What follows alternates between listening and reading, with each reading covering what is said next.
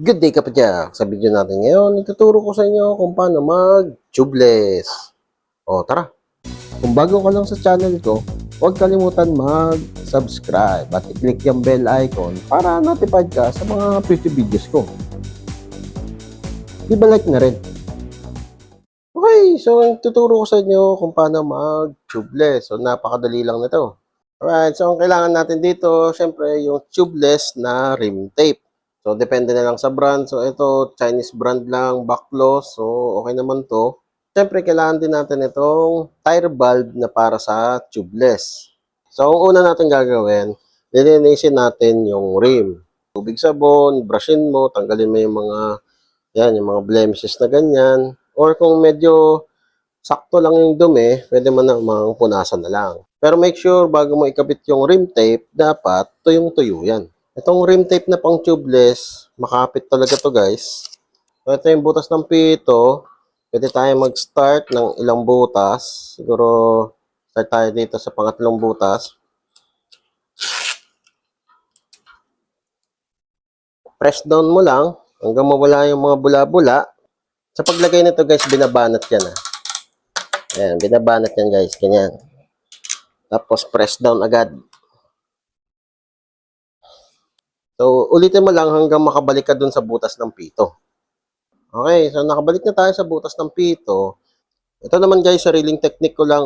3 beses tayong iikot. Huh? So ito, nakaisa na tayo. So ang pangalawa, ang gagawin natin dito sa tape, igigilid natin siya. Dito sa may bandang bead. Ayan. Para makover to. Pag lumapat dyan yung bead ng gulong, magkakaroon siya ng ekstrang sikip. So yung ekstrang sikip na yon, mas magiging airtight yung gulong. Ayan, hanggang ma-cover na natin to. Tapos dito naman sa kabila.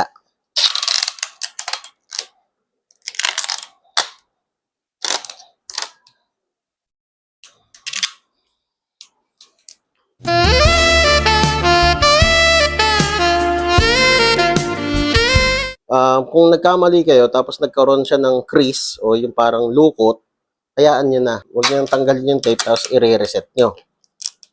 Huwag na. Kasi ang mangyayari sa niyan, ihina yung dikit ng tape. Mag-accumulate lang din ulit ng alikabok.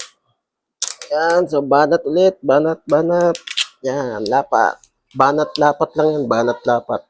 Okay. So, nakadalawang ikot na tayo. Ngayon naman, dito naman sa kabila, yung lalagyan natin ng tape. So, babanatin lang natin yung rim tape. Yan. Tapos, ililis mo lang siya ng konti. Huwag mong ililis agad kasi malulukot siya. Konti lang. Yan. Yan. So, nakalihis na siya. Tapos, tuloy-tuloy mo na. Yan. Basta banatin nyo lang para malesen yung hangin. Yan. Pag di nyo binanat yun, mas madami yung hangin na matatrap.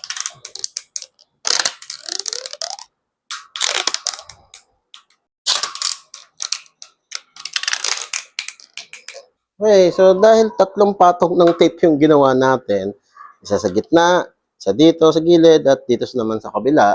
Itong dito sa gitna, kakapal yan. Kapag nakakabit na natin yung gulong, mas lalong airtight yung gitna. And then, dito tayo sa pito, disassemble natin. Tanggalin natin itong threaded cap. Ayan, tapos itong o-ring.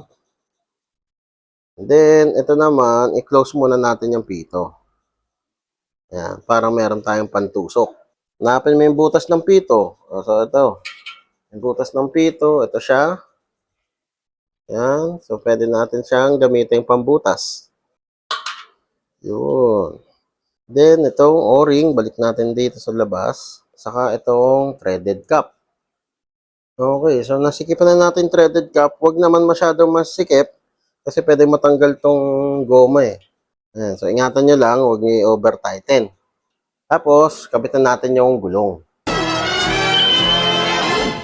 So, sa pagkabit ng gulong guys, make sure na tama yung direction ng rotation. Unang bead muna. Okay, so medyo masikip nga. Yun, ipasok din. Then, ito yung tricky part guys. So, ilalagay natin yung sealant dito. Hindi natin padadaluyin dito sa valve. Kahit nakadesign yung valve para pasukan ng sealant, minsan kasi, dyan nagkakaroon ng bara. So, bubuin mo muna tong gulong at magtitira ka lang ng kaunting opening. Tapos, yung pito, dapat nandito sa ibabaw. Oh, teka, teka, lumuwa. Ay, sus! Tanggal pa. Ayaw makisama. Bisit.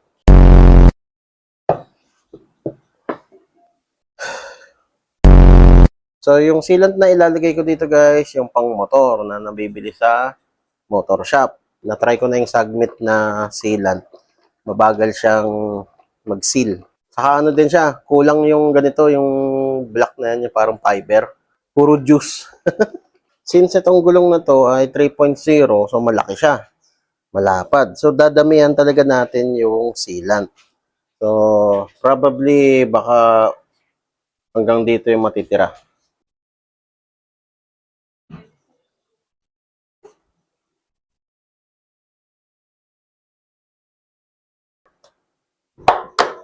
Oh, alright.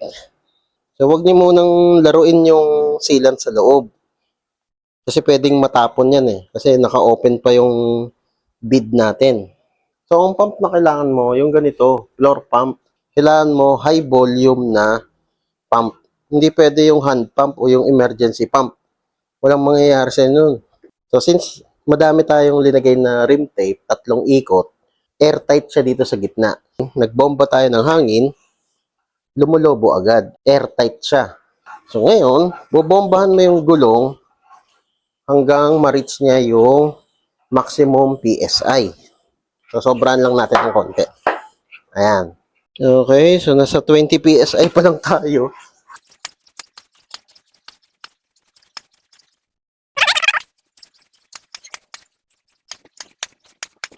Okay, so nandito pa rin yung pito, nasa taas pa rin.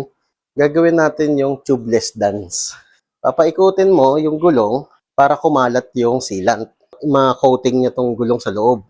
Parang ang sumasayaw niyan.